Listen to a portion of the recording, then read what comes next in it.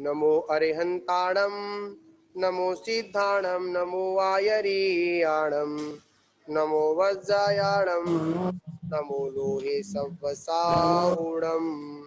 बोलिए आदिनाथ भगवान की, आचार्य श्री कुंद देव स्वामी की, आचार्य श्री शिव गोपी जी मुनिराज की, परम पूज्य आचार्य श्री सन्मत सागर जी गुरु महाराज की जय। आचार्य श्री 108 सौभाग्य सागर जी गुरु महाराज की जय।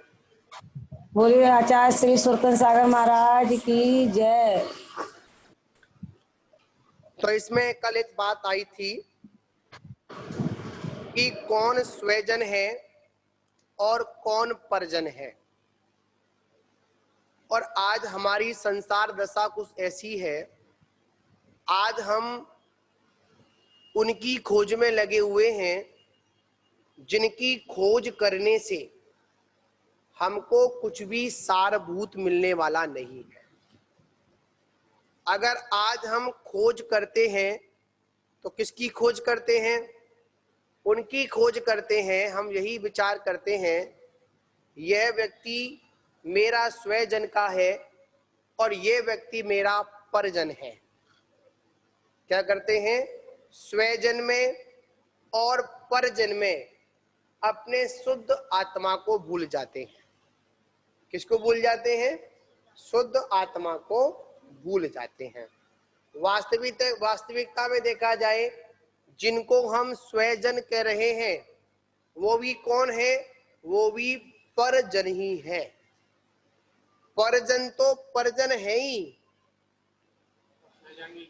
जो स्वजन है वो भी कौन है? वो भी परजन है। कैसे हैं?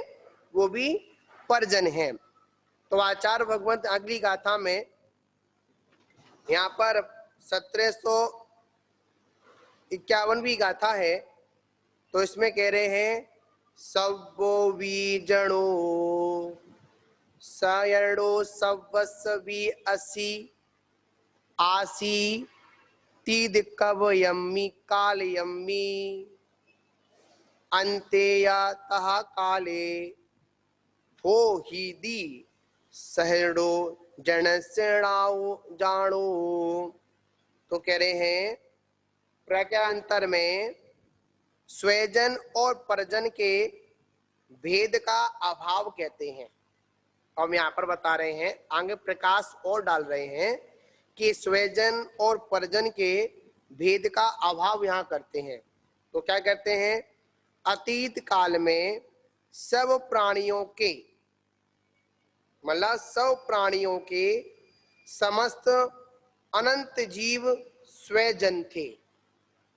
अतीत काल में देखा जाए तो क्या अनंत जीव कौन थे? स्वजन थे। और भविष्य काल में सब प्राणी भी स्वजन होंगे। मतलब अतीत काल में भी अनंत प्राणी कैसे थे? स्वजन थे। और आगे भविष्य में क्या होगा? भविष्य में भी क्या होंगे? स्वजन होंगे। तो कह रहे हैं इस गाथा में ये कहा गया है कि अतीत काल में सबके सब जीव स्वजन थे और भविष्य में सबके सब जीव स्वजन होंगे। इस प्रकार जब सभी जीव स्वजन है तो यह मेरा स्वजन है, इस प्रकार का संकल्प मिथ्या है।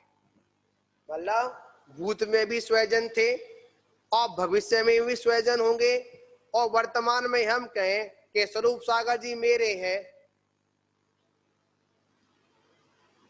तो ऐसी मिथ्या विकल्प क्यों करें हम? वो तो थे ही हमारे, क्या वो तो थे ही हमारे, ऐसा विकल्प क्यों करें? ऐसा मिथ्या विकल्प, ऐसा मिथ्या संकल्प हम लोगों को नहीं करना चाहिए। वे मुझसे अन्य हैं और मैं उनसे अन्य हूं।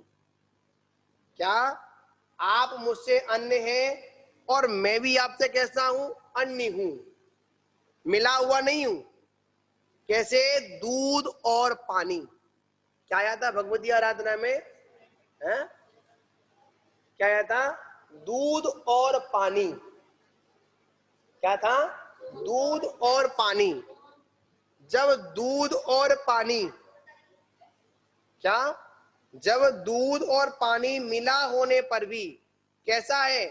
अलग अलग है। उसी प्रकार मैं भी सबसे मिला हुआ, सबके साथ में रहता हुआ कैसा हूं? सभी जीवों से भिन्न हूं। कैसा हूं? सभी जीवों से भिन्न हूं। सब मुझसे अन्य है और मैं भी सबसे अन्य हूं। अगर वो मेरे स्वजन होते तो मेरे साथ चलते। क्या होते? अगर वो मेरे स्वजन होते तो मेरे साथ चलते, वो तो चलते नहीं है। ऐसा यहां पर कह रहे हैं।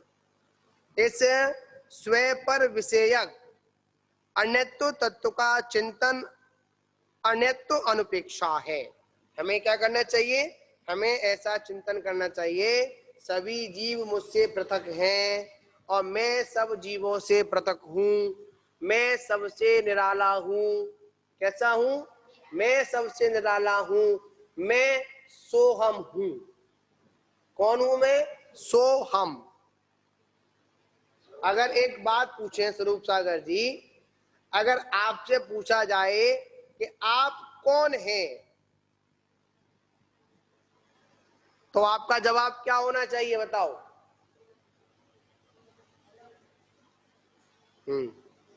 स्वरूप सागर जी, अगर आपसे पूछा जाए कि आप कौन हैं, तो आप क्या कहेंगे? जवाब दो। कोई किसी का नहीं। अरे जी मत दो, पढ़ी लिखी बात मत बोले करो। यहाँ सीधी सीधी बात बताओ। अगर कोई आपसे पूछे कि आप कौन हैं, आपका नाम क्या है, कोई अगर पूछे आप कौन हैं, आपका नाम क्या है, आपने कहा कि मैं मुनि हूं, तो अभी आपकी बुद्धि जीवत्व पर नहीं है। किस पर नहीं है? जीवत्व बुद्धि नहीं है। मुनि अवस्था भी एक पर्याय है। कैसी है? पर्याय है। पर यहां पर क्या करना है? हमें क्या विचार करना है?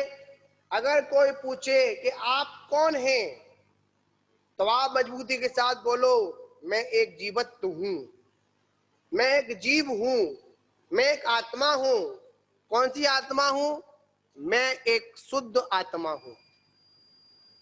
ये सारी बातें समाधि के समय काम आती हैं। कब आती हैं? समाधि कब आती हैं? जब छपक समाधि पर आरूढ़ होता है, जब जो निर्यापकाचार होते हैं या जो निर्यापक मुनि होते हैं, वो क्या करते हैं? उस छपक से पूछते हैं, आप कौन हैं? आपका नाम क्या है? तो अगर वो ये कहता है कि मैं माताजी हूं, मेरा नाम सुमार्ग श्री है, तो समझ लो कमी है। क्या है? अभी संलेखना धारण करने में थोड़ी सी कमी है। अगर कोई पूछे कि आप कौन हैं, झट बोलो, मैं एक जीव आत्मा हूं। कौन हूं मैं? एक शुद्ध आत्मा हूं। ऐसा हमको क्या करना है? संकल्प करना है। ऐसा हमको क्या करना है? ऐसी अपनी धारणा बनानी है। जब तक ऐसी धारणा नहीं बनेगी, तब तक क्या होगा? जब तक आपकी समाधि निर्विकल्प होने वाली नहीं है। समाधि के समय व्रतों पे कम, अपनी शुद्ध आत्मा पर ज्यादा ध्यान होना चाहिए। क्यों महाराज जी? सही बात है। क्या क्यों कहा? गुरुदेव? हाँ जी, गुरुदेव, हाँ जी, तो इसे हाँ हम शुद्ध कह सकते हैं उस समय? बिल्कुल कहना पड़ेगा बाबूजी, मजबूती तभी आएगी। अच्छा जी। हाँ, मजबूती तभी आएगी जब अपने को शुद्ध स्वीकार करेंगे। कभी शुद्ध कभी तो हुए नहीं। शुद्ध शुद्ध तो हुए। अरे शुद्ध नहीं हुआ तो कालांतर में शुद्ध तो होगा। पर यहाँ हाँ पर ये तो निश्चय ठीक की है, दृष्टि से देखा ये जाए, तो ठीक है। हाँ, यहाँ पर बड़ी एक मार्मिक बात है, आचार्य समझाते हैं, समझाने वाली बात है। जब हम पॉजिटिव शब्दों को सुनते हैं, हाँ जी। नकारात्मक शब्दों को सुनते हैं, तो हमारी आत्म शक्ति कमजोर हो जाती है। अच्छा जब जी। गलत शब्दों को सुनकर हमारी एनर्जी कम हो रही है, तो निश्चित ही सकारात्मक शब्दों को सुनकर क्या होता है, हमारी शक्ति प्रबल हो जाती है, आत्म जागरण हो जाता है। क्या हो जाता है? आत्म जागरण हो जाता है। आचार्यों ने संबोधन के समय क्या शब्द दिया? हे भव्य आत्माओं। क्या शब्द दिया? हे भव्य आत्माओं, हे महान बाबो, हे मोक्षुओं, हे योगीश्वरों, हे मुनि। क्यों संबोधन दिया? इस शब्द को सुनकर क्या होता है? तुरंत हमारे अंदर जागृति आ जाती है। क्या आ जाती है? ऐसे बहुत आचार्य हैं। आचार्य महावीर कीर्ति महाराज का उदाहरण है, हाँ आचार्य जी। शांति सागर महाराज का भी उदाहरण है। एक छपक की समाधि चल रही थी, हाँ जी। तो वहां पर आचार्य भगवंत उनके दर्शन करने के लिए गए। मैं छपक का मिला मौका, तो आचार्य कहते हैं अगर कहीं पर समाधि हो रही हो तो हमको समाधि को छोड़कर नहीं जाना चाहिए, हमको छपक राज के पास में जाना चाहिए। कहाँ जाना चाहिए? छपक राज के पास में जाना चाहिए और उसकी समाधि में अपना सहयोग प्रदान करना चाहिए। क्या करना चाहिए? अपना सहयोग प्रदान करना चाहिए। तो वहां गए तो मुनराज जैसी बैठे हुए थे, मतलब थोड़ी कमजोरी थी, थोड़ी शिथिलता थी शरीर में, होश नहीं था उनको, आकुल व्याकुलता हो रही थी उनको। उस समय आचार्य महाराज ने नमोस्तु महाराज, नमोस्तु छपक राज। क्या बोला? नमोस्तु महाराज, नमोस्तु छपक राज। जैसे ही सुना एक आचार्य मुझे नमोस्तु कर रहा है, तुरंत वो जागृत हो गए, नमोस्तु महाराज, पीछे नमोस्तु करने लगे, सारी वेदना को भूल गए। अभी भगवती आराधना में पीछे निकला था, शायद आप लोग स्वाध्याय में उस समय जुड़े नहीं थे, हाँ जी। आया भी हाँ था। जी। अगर समाधि के समय, किसकी हाँ जी। समय? अगर समाधि समाधि के के। समय अगर कोई छपक अगर मान कसाई भी करके बैठ जाए कि मैं मुनि हूं, मैं साधक हूं, तो आचार्य उसको करने के लिए भी हक दे दे, चल भाई चल, तू बड़ा छपक है, तू बड़ा तपस्वी है, उसकी प्रशंसा की जाती है। क्या की जाती है? प्रशंसा की जाती है। और प्रशंसा करने का क्या अभिप्राय होता है? प्रशंसा करने का ये अभिप्राय होता है कि इन शब्दों को सुनकर ये अपनी आत्म जागृति को प्राप्त कर लेगा। क्या कर लेगा? आत्म जागृति को प्राप्त कर लेगा। अगर हमारे संबोधन से अगर किसी से कहा जाए हे वीरो, और कितना भी कोई कायर बना बैठा हो, तो क्या करेगा? मुझसे वीर पुरुष कहा गया। क्या कहा? मुझसे क्या बोला है? वीर पुरुष बोला गया है। उसके शरीर में ताकत नहीं है, फिर भी वो वीरता के लिए आगे बढ़ जाएगा। इसलिए आचार्य कहते हैं, यहां पर बात चल रही थी कि कहा कि कोई अगर आपसे पूछे, कोई बात नहीं, बैठे तो क्या कहते हैं, अगर कोई अगर आपसे पूछे समाधि के समय, और समाधि के समय क्या, अगर वैसे भी कोई अगर पूछे आपका नाम क्या है, तो पर्याय का नाम मत बता देना। रुको रुको रुको, सब हो जाएगी, टेंशन मत लो। किसका नाम मत ले लेना? पर्याय का नाम मत ले लेना। हटाओ उसको, नीचे कर दो उसको, लो पकड़ो। किसका नाम मत ले लेना? कहीं पर्याय का नाम लेकर अपना अहित मत कर लेना। किसका नाम मत ले लेना? कहीं पर्याय का नाम लेकर अहित मत कर लेना। कोई पूछे तुम्हारा नाम क्या है, मजबूती के साथ कहना मैं शुद्ध आत्मा हूं। कौन हूं मैं? शुद्ध आत्मा हूं। मुझ में क्या कह रही हो? समाधि हो तब ध्यान दिला दिए। बंद करना, क्या कह रही है? समाधि हो तो बता जो क्या बोल रहे हैं, अगर ध्यान हो तो लाओ मुझे। बिल्कुल आप सही कह रही हो। आप तो वो कहावत कह रही हो कि भैया अभी हम सो रहे हैं, जब घर के दरवाजे पर जब बैंड बजे तो हमको जगा दियो। मतलब आप तो यहाँ पर वो हिसाब कर रही हो, क्या कर रही हो कि जब मतलब हम अभी सो जा रहे हैं और जब घर का बैंड बजे तो हमें जगा दियो। अरे हम तुम्हें क्या जगाएंगे भैया। हम एक बात सुनो, तुम दिल्ली बैठी हो, हाँ, तुमने तो दिल्ली में अपना शासन जमाए बैठी हो और तुम कहो कि हम तुम्हें दिल्ली जगह में आए, ऐसा तो नहीं होगा भाई। आपके सामने रहते हैं, हैं? आपके सामने रहते हैं, दिल्ली को छोड़ो, अभी अरे तो आपके सामने रहते हैं। एक बात सुनो, जब सामने बैठी हो अभी तुमसे हम कह रहे हैं समझ जाओ, तुम्हारी उम्र ज्यादा नहीं है, सिर्फ 7 दिन की उम्र है बस। कितनी उम्र है?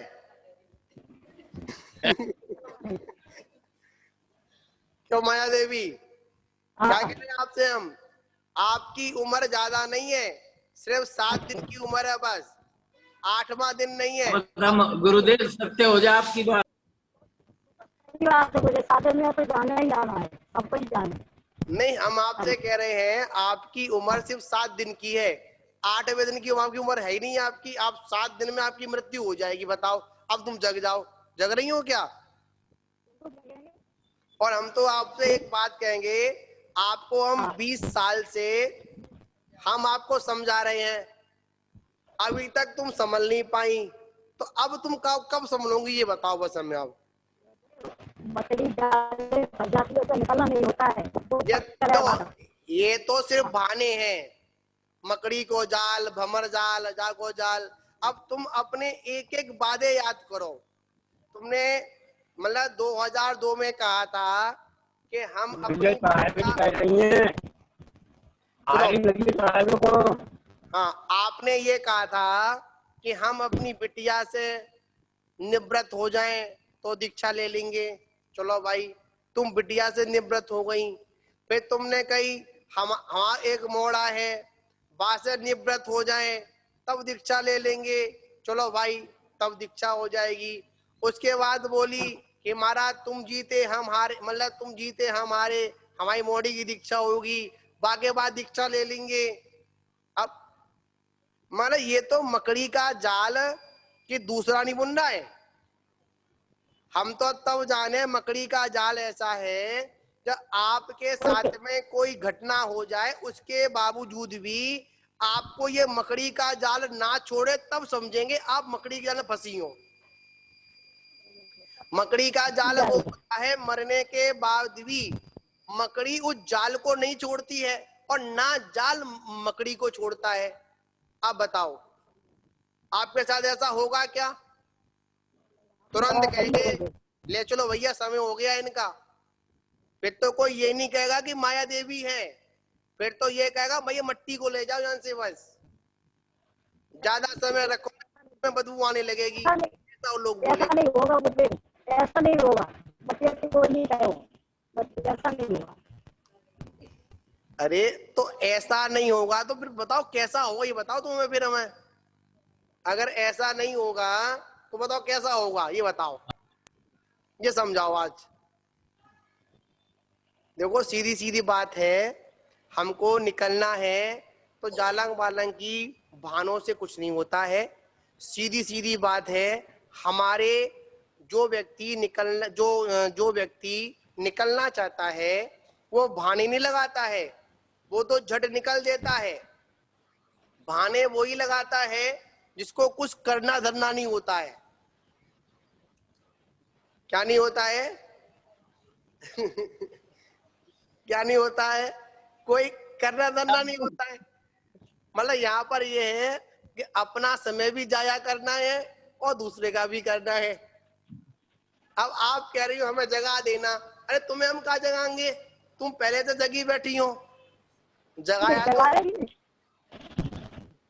देखो जी सीधी सीधी बात है, आचार्य यहाँ पर कहते हैं कि हम तो मात्र आपके लिए जगाने के लिए क्या कर सकते हैं, एक अलार्म की घड़ी की व्यवस्था कर सकते हैं बस। और वो हम आपके लिए 2 वक्त का अलार्म बजा रहे हैं। मतलब 2 वक्त क्या, 3 वक्त का हम समय पर अलार्म बजा रहे हैं और सभी को जगाने के लिए बजा रहे हैं। समझ में आई ना? और एक नहीं, 1-1 घंटे के लिए अलार्म बजा रहे हैं, तुम्हारे लिए घंटे बजा रहे हैं, और फिर भी तुम कहो कि हम जग ही नहीं पा रहे हैं। अरे भाई क्या करें, जगने वाला एक अलार्म पर ही जग जाता है, और नहीं जगने वाला, और सीधी सीधी बात है, जगाया उसको जाता है जो सोया होता है, और जो सोने का जो बहाना करता है ना, उसको जगाया नहीं जाता है। क्या नहीं कहना, उसको भगवान महावीर भी आ जाए, वो भी उसको नहीं जगा सकते। समझे ना? तो यहाँ पर क्या बात कर रहे हैं, यहाँ पर एक धारणा बना लो, कोई अगर पूछे तो कौन है आप, मैं शुद्ध आत्मा हूं, ऐसी धारणा बनाए। क्या धारणा बनाए? ऐसी धारणा बनाए। तब तक ऐसी धारणा नहीं बनाओगे जब तक क्या नहीं होगा, आपका आत्म कल्याण होने वाला नहीं है। भाई मैं नहीं कह रहा हूं, माताजी कह रही हैं, अब इतना सारी घंटी बजा दी, इतना साला जगा दिया, तो बताओ कब का निकल रहा मुहूर्त?